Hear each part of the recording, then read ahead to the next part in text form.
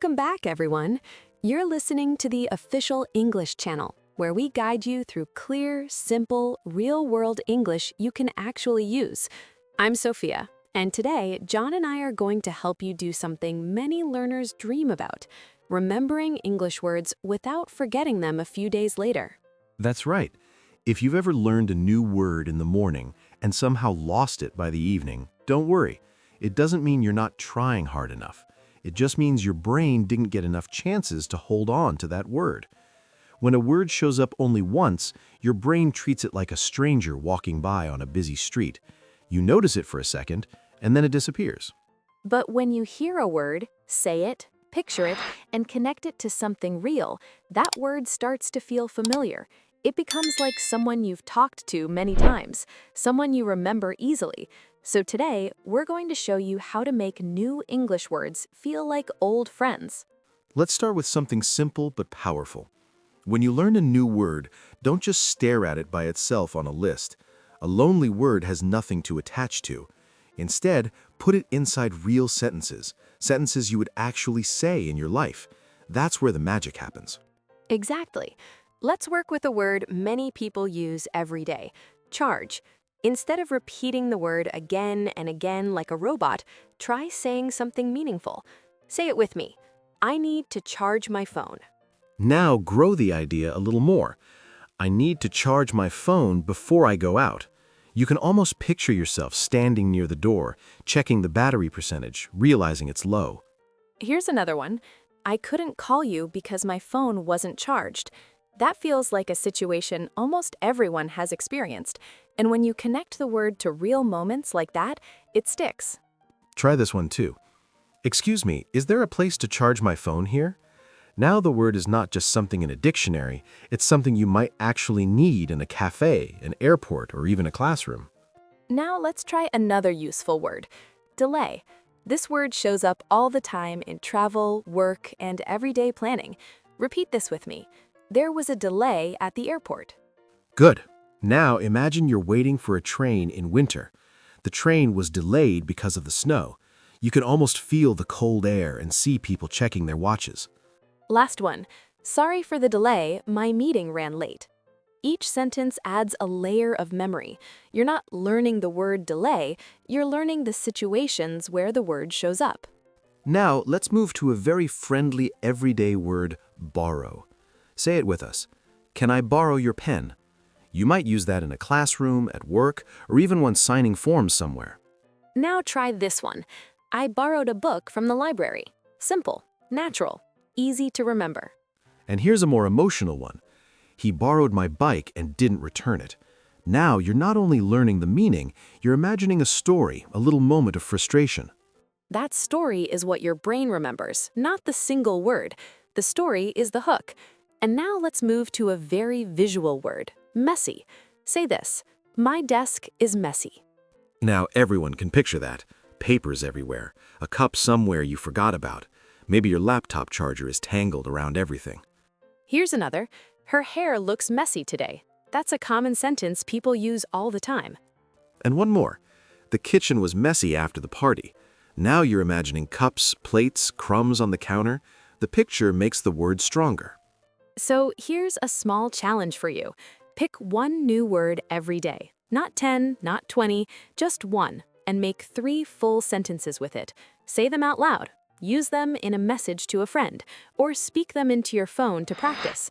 Repeat the sentences in the morning and again at night. When you do that, the word becomes part of your daily life. That's what builds real vocabulary. Not lists, not flashcards, not memorizing definitions, but using the word in real living situations. Now let's talk about a rule that almost guarantees you'll remember a new word.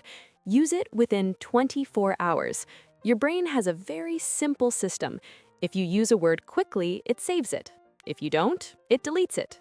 Think of it like a friend you meet once and never talk to again. Your brain thinks, I guess this person isn't important. But if you keep meeting them, your brain pays attention. So whenever you learn a word, say it out loud the same day. Write it somewhere, put it in a sentence. Use it with someone. Even talking to yourself counts. Your brain doesn't judge. Now here's another trick that makes words unforgettable. Make the word personal. When you attach a word to something that happened to you or a feeling you've had, the word becomes part of your life, not just part of a lesson. Let's try it with the word nervous. Repeat this. I felt nervous before my job interview. Now think of the last time you felt nervous.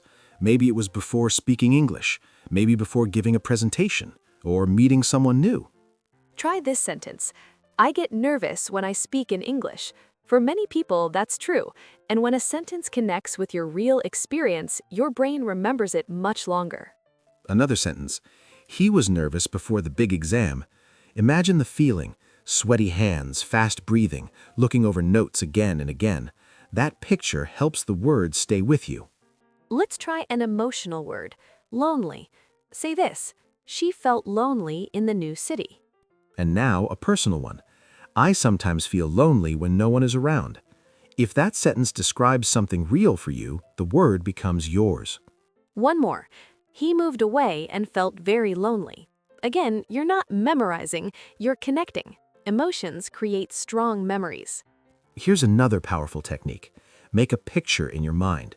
Don't just say the word, see the word. Turn it into a mini movie in your imagination. Your brain loves pictures. It remembers photos years later, even when it forgets sentences from an hour ago. So let's turn words into mini movies. Try this word, climb. Say this, I want to climb that mountain. Now imagine it, a backpack on your shoulders, boots hitting the trail, a long path going up. Feel the wind, the effort, the excitement. Now say this, we climbed to the top of the hill. Picture reaching the top, breathing hard, looking out over a view. And one more, the child climbed the tree quickly. Now you see little hands grabbing branches, feet pushing upward. When you see the word stays. Now let's look at another method that makes vocabulary learning much easier.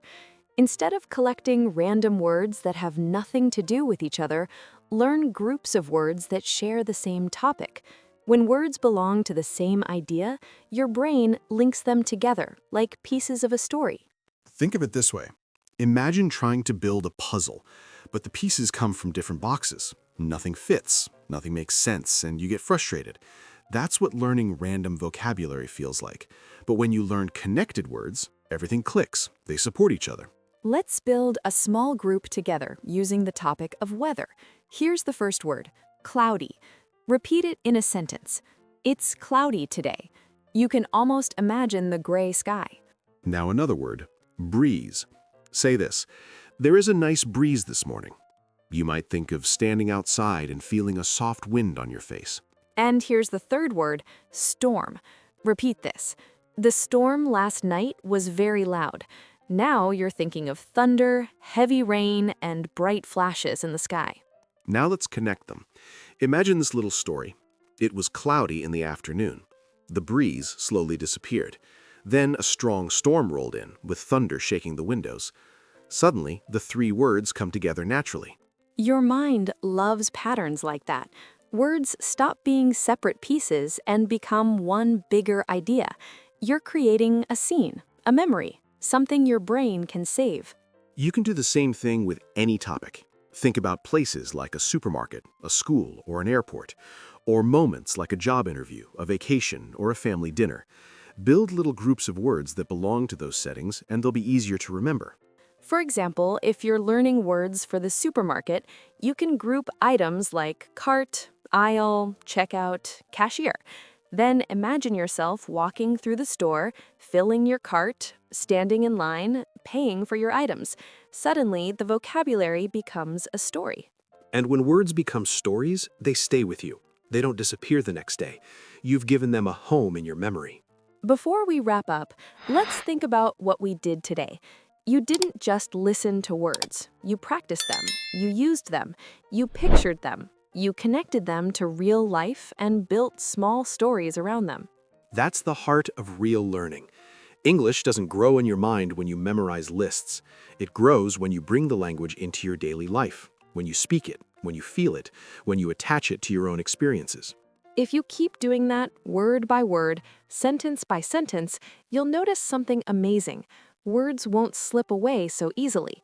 you'll start remembering them the way you remember names of friends, places you've been, or moments that mattered. So keep going, keep repeating, keep imagining, keep connecting. Every step you take builds your English deeper and stronger. We're proud of you for practicing with us today. Keep listening, keep learning, and trust yourself. You're doing great. Thanks for spending your time with us on the official English channel. We'll be here again to guide you through more simple, clear, natural English. Until then, stay curious, stay confident, and keep growing your English every single day. See you next time.